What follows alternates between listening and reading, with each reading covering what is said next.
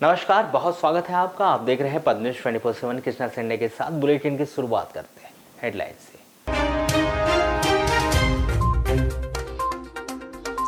नाम निर्देशन फॉर्म भरने की अंतिम तिथि में जिले के 6 विधानसभा क्षेत्र से 69 प्रत्याशियों ने भरा नाम निर्देशन पत्र। 6 विधानसभा क्षेत्रों से प्रत्याशियों की संख्या हुई 88।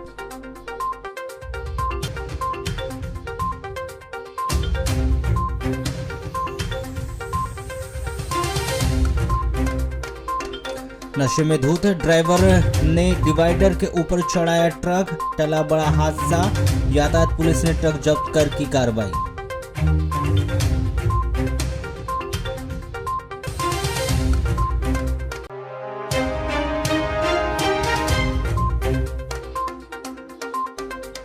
वाराणसी क्षेत्र में लगातार बढ़ती जा रही मधुमक्खियों के हमले की घटना। मधुमक्खियों के हमले से 2 लोग हुए घायल, सिविल अस्पताल में किया गया भर्ती।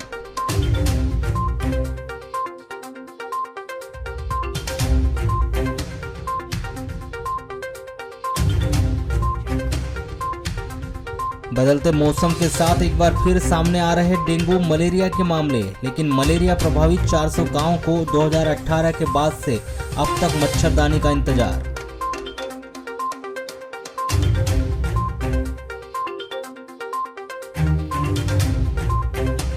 सुलभ शौचालय के अभाव से जूझ रहा लालबरा का बस स्टैंड। महिला प्रसाधन नहीं होने से महिलाओं को हो रही परेशानी, जिम्मेदारों का नहीं है ध्यान।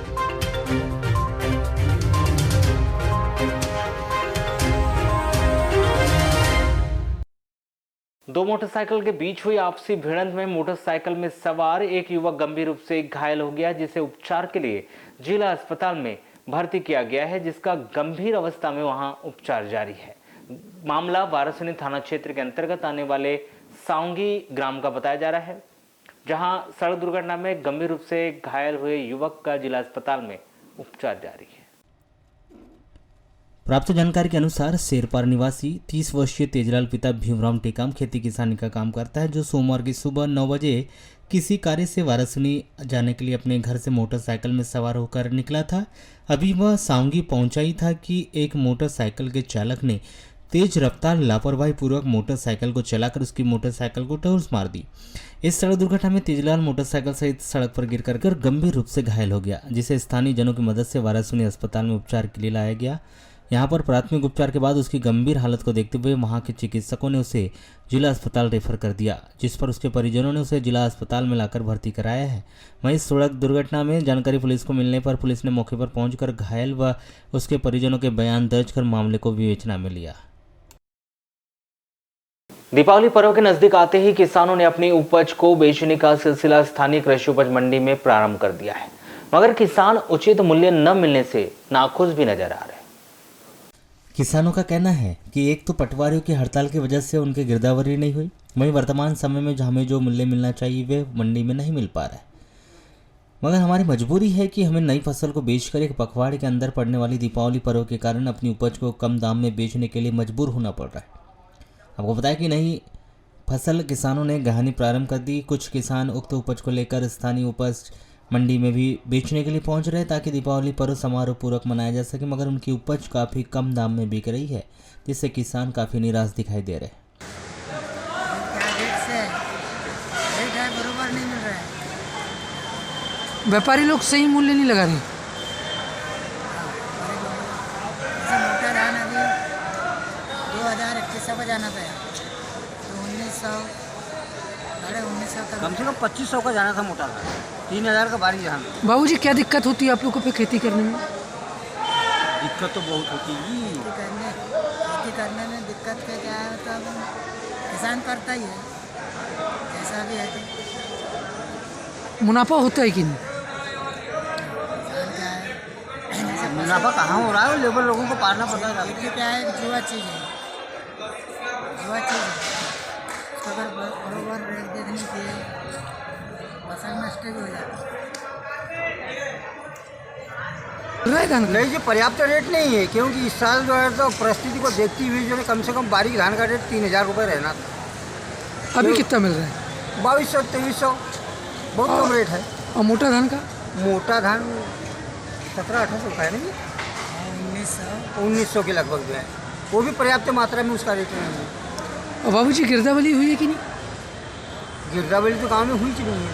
नहीं हुई। नहीं तो गिरदावली से वंचित है, फिर इस बार पंजीयन भी नहीं हो पाया होगा नहीं, आपका। पंजीयन हुआ, लेकिन ऐसा है सोसाइटी वालों ने पंजीयन नहीं किया भैया, प्राइवेट लोगों के पास में जाकर के अपन लोगों ने पंजीयन करवाया ऑनलाइन। सोसाइटी वालों ने तो मना तो किया। बेच सकते हैं कि नहीं अब आप धान सोसाइटी में समर्थन मूल्य पे?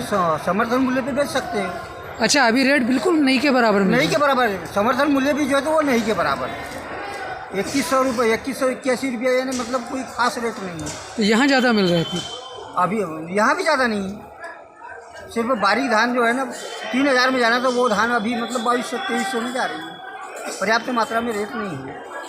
सर परेशानी ये है कि इस टाइम किसान को ज़रूरत है पैसों की। और जहाँ तक की बात है कि हम जो यहाँ धान बेचने आए हैं, ये नई धान है कि पुरानी? ये धान अभी तो हमने नहीं लाए हैं। नई धान मोटी भी लाए हैं, बारीक भी लाए हैं। आज हमको यहाँ गवर्नमेंट से काफ़ी हद तक के कम रेट मिला है। हमने आज यहाँ मोटी धान बेचे हैं 1950 रुपये की, जिसमें बारीक धान थी वो बेचे हमने 2300 से लेकर 2300-2400 रुपये तक, जिसका उचित मूल्य मिलना चाहिए बारीक धान का हमारे को 3000 रुपये। और मोटी का? मोटी धान का उचित मूल्य मिलना चाहिए 2500 रुपये, तो नहीं मिल पा रहा तो नहीं मिल पा रहा है। है। ऐसे में क्या परेशानी हो रही है? परेशानी वही है सर, नोट की दिक्कत है किसान को। किसी भी कंडीशन में मजबूर है किसान, इसलिए मंडी ला के धान बेच रहा है। तो पंजीयन हुआ है कि नहीं आपका? पंजीयन हो गया। तो कब से आएगी ये धान? अभी सर अभी तो कुछ नहीं कर सकते, सामने चुनाव है। पद्मेश 24/7 से दूरभाष पर चर्चा करते हुए कृषि उपज मंडी के सचिव डीएल पंचेश्वर ने बताया कि वे फिलहाल चुनाव ड्यूटी पर तैनात है। व्यापारीगण धान की क्वालिटी देखकर धान खरीदी करते हैं। मेरा विचार है कि व्यापारी सोच समझ कर ही धान को देखते हुए खरीदी कर रहे हैं। नगर के पुलिस लाइन मैदान में खेली जा रही इंटर स्कूल फुटबॉल प्रतियोगिता अब अपने समापन की ओर है। अंडर 19 जूनियर और अंडर 15 सब जूनियर वर्ग में खेली जा रही प्रतियोगिता में 30 अक्टूबर को सब जूनियर और गर्ल्स वर्ग का फाइनल मैच खेला गया, जबकि जूनियर वर्ग का सेमीफाइनल मैच भी खेला गया, जिसका फाइनल मैच 31 अक्टूबर को खेला जाएगा। इंटर स्कूल फुटबॉल प्रतियोगिता में सब जूनियर वर्ग और गर्ल्स वर्ग का फाइनल मैच 30 अक्टूबर को खेला गया, जिसमें सब जूनियर वर्ग में आरएनटी भरवेली और ग्रीन वैली के मध्य मैच खेला गया, जिसमें 4-3 से ग्रीन वैली ने फाइनल मैच में जीत दर्ज की। जबकि दूसरा फाइनल मैच गर्ल्स वर्ग में डायमंड रॉक फुटबॉल एकेडमी बनाम आदिवासी कन्या परिषद बालाघाट के मध्य खेला गया, जिसमें डायमंड रॉक फुटबॉल एकेडमी ने 2-0 से फाइनल में जीत दर्ज की।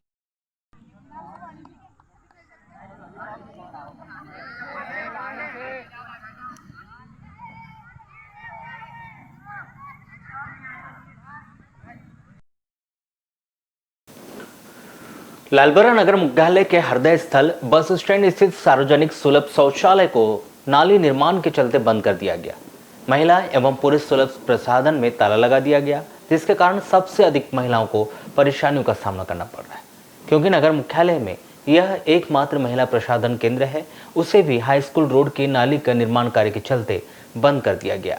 ऐसी स्थिति में बस से सफर कर बस स्टैंड पहुंच रही महिलाओं, स्थानीय महिलाओं, दुकानदार सहित अन्य महिलाओं को प्रसाधन के लिए परेशानी हो रही है, जिससे स्थानीय दुकानदार व महिला यात्रीगणों में प्रशासन के प्रति आक्रोश भी व्याप्त है और जनपद पंचायत लालबरा से महिलाओं के लिए नाली निर्माण होते तक अस्थायी महिला प्रसाधन की व्यवस्था करने की मांग की गई। आपको बता दें कि Lalbarra bus stand high school मार्ग से लेकर मां सरस्वती मंच तक सीसी सड़क का निर्माण कार्य पूर्ण होने के बाद ठेकेदार के द्वारा वर्तमान में हाई स्कूल मार्ग व बालाघाट सिवनी मार्ग किनारे नवीन नाली का निर्माण कार्य किया जा रहा है और बस स्टैंड के पीछे सार्वजनिक सुलभ शौचालय के पीछे से नाली का निर्माण कार्य गत दिवस से किया जा रहा है। इसलिए सुलभ शौचालय को नाली निर्माण कार्य पूर्ण होते तक बंद कर दिया गया है, क्योंकि इस नाली के माध्यम से सुलभ शौचालय की पानी निकासी होगी। साथ ही नाली निर्माण के लिए बस स्टैंड स्थित एकमात्र महिला प्रसाधन को भी बंद कर दिया गया, जिससे महिला दुकानदार, राहगीर व बाजारों में खरीदी करने आने वाली महिलाएं व यात्रीगणों को भी प्रसाधन के लिए परेशानियों का सामना करना पड़ता है। साथ ही प्रशासन के द्वारा हमेशा से ही स्वच्छता अभियान का ढिंडोरा पीटा जाता है, लेकिन इस अभियान को गंभीरता से नहीं लिया जाता। इसका एक उदाहरण शहर में महिलाओं के लिए प्रसाधन का न होना भी है, क्योंकि बस स्टैंड के अलावा नगर मुख्यालय में कहीं भी अन्य स्थानों पर महिला प्रसाधन नहीं बनाए गए, जो कि शासन प्रशासन की नाकामी को दर्शाता है। नहीं कोई उपाय नहीं है। महिलाएं कहाँ जाए, हम आपसे पूछना चाह रहे हैं, जनता से पूछना चाह रहे हैं। और सरपंच महोदय से पूछना चाह रहे हैं कि हम महिलाएं जाएं तो कहाँ जाएं वॉशरूम के लिए। अभी महिलाओं को प्रॉब्लम है, मैं हूँ, महिलाएं हैं और खड़ी हैं हमारे साथ, तो कहाँ जाएं? कुछ और अदरवाइज जगहों में हमारे लिए व्यवस्था की जाए। यदि आप काम कर रहे हैं तो कम से कम हमारे लिए कहीं व्यवस्था की जाए। वैकल्पिक व्यवस्था होनी चाहिए। हाँ, वैकल्पिक व्यवस्था कीजिए ना हमारे लिए। महिलाएं हैं, पुरुष वर्ग तो कहीं पे भी एक्स्ट्रा हो जाता है ना, हम कहाँ जाएं? तो अभी कोई व्यवस्था बनाए यहाँ से भी किसी टाइप नहीं, की? अभी कोई व्यवस्था नहीं है। कहाँ जाएंगे हम? क्या बस के पीछे जाएंगे? गंदा लगेगा ना कि औरतों के साथ बहुत बेरहमी से व्यवहार किया जा रहा है। आप पाए तो क्या पाया आपने, जैसे यहाँ पे आप पहुँचे देखे तो सर आपने? हम आए हैं, हम तो देखा कि ताला लगा हुआ है यहाँ पर और लिखा हुआ है नोटिस पे कि नाली का कार्यक्रम चल रहा है, तो क्या बोलते बंद किया जाए। ये तो अन्याय है ना। और ये एक ही शौचालय यहाँ पे? हाँ, ये एक ही शौचालय, आउटसाइड में कहीं शौचालय नहीं है। क्या होना चाहिए था? भाई व्यवस्था करके दीजिए, बस हम कुछ नहीं चाह रहे, व्यवस्था चाहिए। तो महिलाओं को काफ़ी दिक्कतें हो रही हैं। इसका सीधे जवाबदार जो है यहाँ के क्षेत्रीय विधायक जो रह चुके हैं, गौरी शंकर बिसेन जी, वो हैं, और यहाँ की लालबरा जनपद पंचायत का एडमिनिस्ट्रेशन। क्योंकि ये जो आप देख रहे हैं शौचालय, जनपद पंचायत इसको देखती है, और गौरी शंकर बिसेन जी ने जो है नियम विरुद्ध जो सब तोड़ ताड़ किए हैं, यहाँ पर नालियाँ तोड़ दी हैं, तो उस चक्कर में जो है यहाँ चोक हो गया है नाली निर्माण के कारण। नियम विरुद्ध नाली निर्माण किया जा रहा है, और उन्होंने जो है यहाँ के जनपद का एडमिनिस्ट्रेशन जो है ने नियम विरुद्ध पेशाब घर को बंद कर दिया है, जबकि महिलाओं को बहुत दिक्कत जा रही है। इस समय जो है आप देख रहे हैं मेरे जस्ट पीछे शौचालय है, यहाँ के पूरे यात्री प्रतीक्षालय, स्कूल कॉलेज की महिलाएं, बच्चे, छात्र छात्राएं सब आ रही हैं, और उनको जो है पेशाब जाने में बहुत दिक्कत हो रही है, क्योंकि इनने जनपद वालों ने इसको बंद कर दिया। तो मैं तो ये चाहूँगा, कलेक्टर महोदय से मेरा निवेदन है कि जनपद पंचायत के एडमिनिस्ट्रेशन भी कार्रवाई करें, और जो नियम विरुद्ध यहाँ नाली तोड़ ताड़ करके जो इसको बंद किए उन पर भी कार्रवाई हो। और जनपद पंचायत ने एक जो है, जहाँ मैं अभी खड़ा हूँ बस स्टैंड, यहाँ से महज सिर्फ 50 मीटर की दूरी पे एक शौचालय का निर्माण कर रहा है, ये चोरी छुप के ग्राम पंचायत पांडरवानी के बिना नॉलेज के थाना परिसर के अंदर में। तो उस थाना परिसर की बाउंड्री को थोड़ा सा खोल दे तो ये वाला भी नया शौचालय चालू हो जाएगा, और उसका निर्माण जो है दूसरी ग्राम पंचायत ने की है। इसके सब जवाब। इस विषय पर दूरभाष पर चर्चा करने पर मुख्य कार्यपालन अधिकारी चंद्र सिंह मंडलोई ने बताया कि आपके माध्यम से संज्ञान में आया है कि लालबरा बस स्टैंड स्थित सार्वजनिक सुलभ शौचालय को हाई स्कूल मार्ग का नाली निर्माण के चलते बंद कर दिया गया, जिससे महिलाओं को प्रसाधन के लिए परेशानी हो रही है। स्थल का निरीक्षण कर जल्द ही महिला प्रसाधन की व्यवस्था की जाएगी।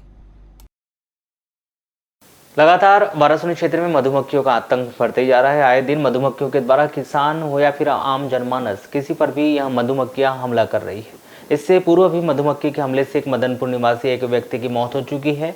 इसी तरह की घटना 30 अक्टूबर को उस समय हुई जब एक 56 वर्षीय किसान सरसों खरीदकर अपने मोटरसाइकिल से अपने घर की ओर जा रहा था, तभी सिकंदरा थाने गांव मार्ग से जाने के दौरान मधुमक्खियों ने उन पर हमला कर दिया।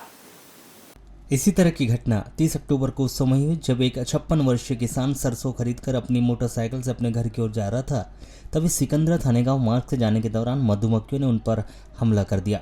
घायल व्यक्ति का नाम लेखेंद्र पटले है, जो मेहदुली का निवासी है, जिन्हें परिजनों ने उचित उपचार के लिए शासकीय सिविल अस्पताल में भर्ती कराया है, जहां उसका उपचार चल रहा है। फिलहाल उनकी हालत खतरे से बाहर। अब वाराणसी सिकंदरा रोड से थाने का रोड से जा रहा था, ग्राम भवन के पास में, वहाँ मक्खी काटी। कौन सी मक्खी थी? साथ बड़ी वाली मक्खी थी। मधुमक्खी मान सकते हैं। हाँ। बाबूजी किस काम से आए थे यहाँ? यहाँ सरसों के लिए आया था मैं, ग्राम वापस सरसों डिपार्टमेंट। कुछ सरकारी नौकरी में कि किसान है? किसान है। किसान है। तो बाबूजी अभी कैसी हालत है? अभी थोड़ा सा घबराहट होती, जलन हो रही है। प्राप्त जानकारी के अनुसार दल्लूराम रांगडाले के द्वारा अपने खेत में खरीफ की फसल लगाई गई थी, जिसकी कटाई होने के बाद वह खेती कार्य के लिए जा रहा था, जिसमें 30 अक्टूबर को दल्लूराम पिता कौड़ू रांगडाले 63 वर्ष, अपने भाई कोलूराम पिता कौड़ू रांगडाले 65 वर्ष, अपने पुत्र तिजेंद्र, लीलेंद्र सभी निवासी नांदगांव खेत में कृषि कार्य के लिए गए हुए थे। तभी करीब शाम 5 बजे खेत के पेड़ में बने मधुमक्खी के छत्ते की मधुमक्खियों ने अचानक उक्त 4 व्यक्तियों पर हमला कर उन्हें बुरी तरह से घायल कर दिया, जिन्हें उपचार के लिए वाराणसी के सिविल अस्पताल में भर्ती कराया गया है। बीमारी से बचने के लिए एक और स्वास्थ्य विभाग के द्वारा गांव-गांव में जन जागरूकता अभियान चलाया जा रहा है, तो वहीं स्वास्थ्य विभाग मच्छरों से प्रकोप को रोकने और मच्छरों से बचने के लिए तरह तरह की जानकारियां मुहैया भी करा रहा है। लेकिन इस जिले की बदकिस्मती का है या फिर कुछ और कि वर्ष 2018 के बाद अब तक जिले में मच्छरदानी का वितरण नहीं किया गया। सूत्रों से मिल रही जानकारी के अनुसार सरकार के द्वारा सभी जिलों को मच्छरदानी का वितरण कर दिया गया, लेकिन वह मच्छरदानी अब तक बालाघाट नहीं पहुंच सकी है। जहां मच्छरदानी के बालाघाट न पहुंचने के चलते अब तक संवेदनशील गांवों में मच्छरदानी का वितरण नहीं किया गया है और विभाग लोगों को मच्छर से बचने के लिए जन जागरूक करने में भी सिमटा हुआ है। बताया जा रहा है कि बालाघाट जिले को मच्छरदानी का आवंटन तो प्राप्त हो गया, लेकिन मच्छरदानी प्राप्त नहीं हुई, जिसके चलते मच्छरदानी का वितरण नहीं हो पाया। आधिकारिक जानकारी के अनुसार विधानसभा चुनाव को देखते हुए वर्तमान समय में आचार संहिता लगी हुई है, जिसके चलते मच्छरदानी बालाघाट नहीं पहुंच सकी।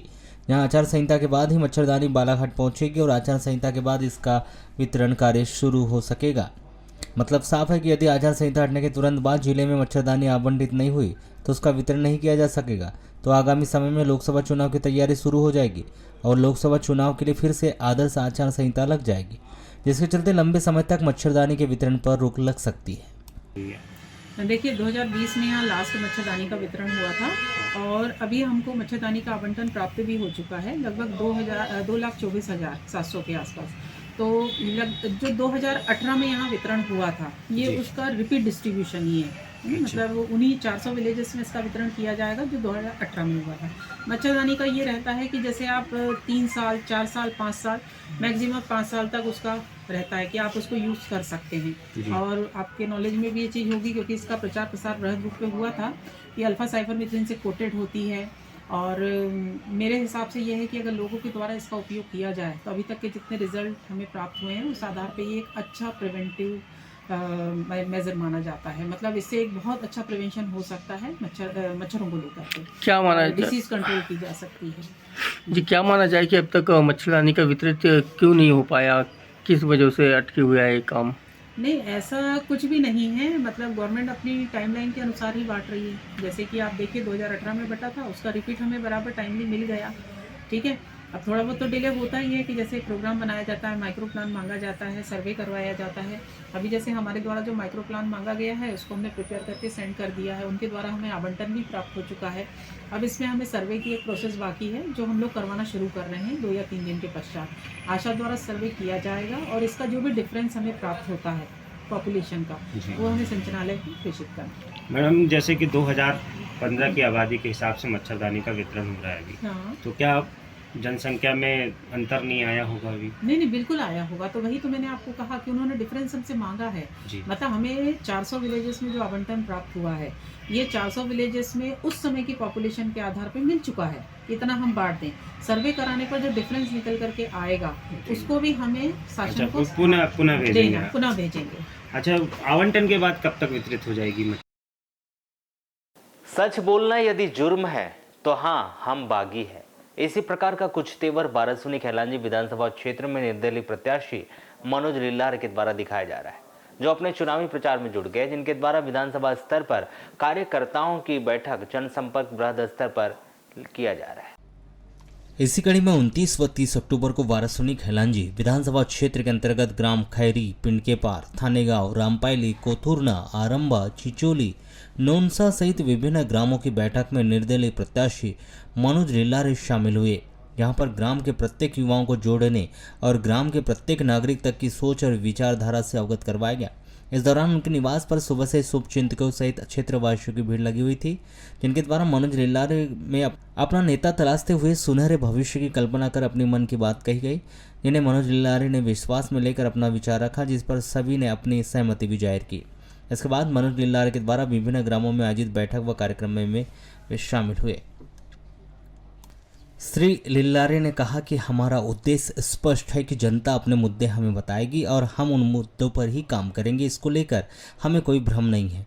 जनता सब जानती है, उसे पता है रोड, पुल, पुलिया, इंफ्रास्ट्रक्चर तैयार करना कोई बहुत बड़ा विकास नहीं है। सबसे बड़ा विकास है संविधान में जो अधिकार जनता को दिए हैं वह जनता को उपलब्ध कराकर निःशुल्क स्वास्थ्य सुविधा, निःशुल्क शिक्षा व्यवस्था, निःशुल्क राशन व्यवस्था को बेहतर तरीके से दिया जाए।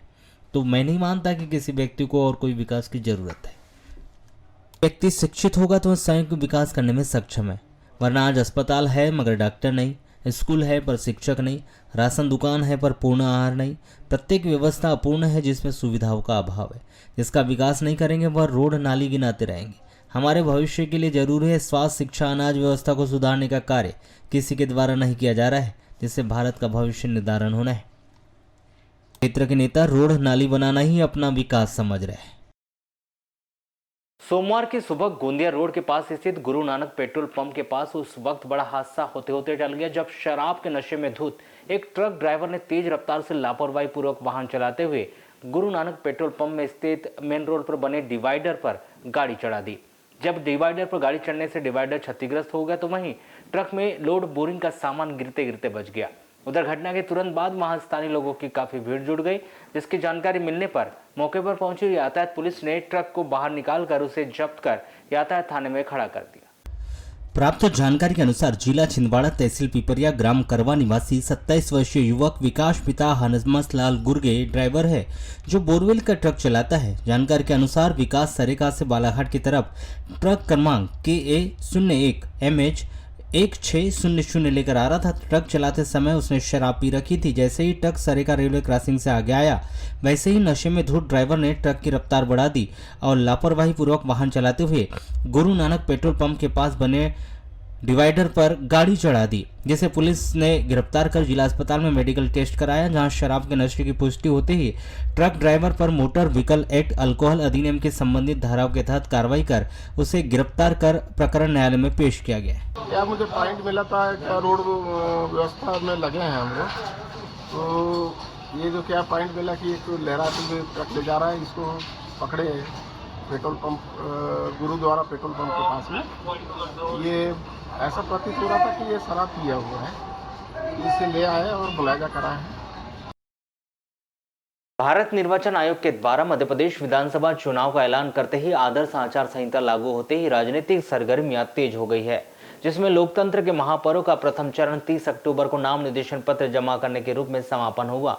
यह प्रक्रिया 21 अक्टूबर से प्रारंभ हुई थी, जिसमें प्रतिदिन निर्दलीय व राजनीतिक पार्टियों के प्रत्याशियों के द्वारा नाम निर्देशन फॉर्म जमा किया जा रहा था। जहां पर अंतिम दिन 30 अक्टूबर को नगर सहित क्षेत्र में राजनीतिक चर्चाओं का दौर पूरे दिन भर चलता रहा और आखिरी दिन 8 उम्मीदवारों के द्वारा तहसील कार्यालय में बनाए गए रिटर्निंग अधिकारी कार्यालय में नाम निर्देशन पत्र जमा किया। इसके साथ नाम निर्देशन की प्रक्रिया संपन्न हुई और 10 दिवसीय नाम निर्देशन प्रक्रिया के दौरान 12 व्यक्तियों के द्वारा 15 नाम निर्देशन फॉर्म विधानसभा निर्वाचन 2023 के लिए जमा किए गए। विधानसभा निर्वाचन 2023 के लिए नाम निर्देशन प्रक्रिया 30 अक्टूबर को संपन्न हो गई, जिसमें 12 उम्मीदवारों के द्वारा 15 नाम निर्देशन फॉर्म जमा किए गए हैं, जिसमें राष्ट्रीय राजनीतिक दलों के उम्मीदवारों के द्वारा डबल फॉर्म भरे गए, जिसमें भारतीय जनता पार्टी के उम्मीदवार प्रदीप जायसवाल के द्वारा 2 नाम निर्देशन फॉर्म जमा किया गया है। वहीं भारतीय राष्ट्रीय कांग्रेस के उम्मीदवार विवेक विक्की पटेल के द्वारा 3 नाम निर्देशन फॉर्म जमा किए गए। बाकी दल व निर्दलीय प्रत्याशियों के द्वारा एक फॉर्म दाखिल किया गया है। वाराणसी खैलांजी विधानसभा सीट के लिए 12 प्रत्याशियों के द्वारा 15 फॉर्म रिटर्निंग अधिकारी कार्यालय में दाखिल किए गए, जिसमें भारतीय जनता पार्टी के उम्मीदवार प्रदीप जायसवाल, भारतीय राष्ट्रीय कांग्रेस उम्मीदवार विवेक पटेल, बहुजन समाज पार्टी उम्मीदवार अजाब शास्त्री, भारतीय जनशक्ति चेतना पार्टी के उम्मीदवार डिलेंद्र पगारे, निर्दलीय उम्मीदवार Manoj Lillare, Mukesh Bansod, Manoj Mehraban, People's Party of India Democratic के उम्मीदवार रुपेश नागोसे, बहुजन मुक्ति पार्टी उम्मीदवार हीरालाल भगत, निर्दलीय उम्मीदवार दीपक पिंचा, रामलाल चुन्नीलाल दुवारे के द्वारा नाम निर्देशन फॉर्म रिटर्निंग अधिकारी कार्यालय में दाखिल किया गया है। भारत निर्वाचन आयोग के द्वारा मध्य प्रदेश विधानसभा चुनाव को लेकर रूपरेखा जारी की गई है। इसके बाद उम्मीदवारों की सूची व प्रकाशन होगा। उसके बाद 1 व 2 नवंबर को नाम निर्देशन फॉर्म वापसी की प्रक्रिया संपन्न कराई जाएगी।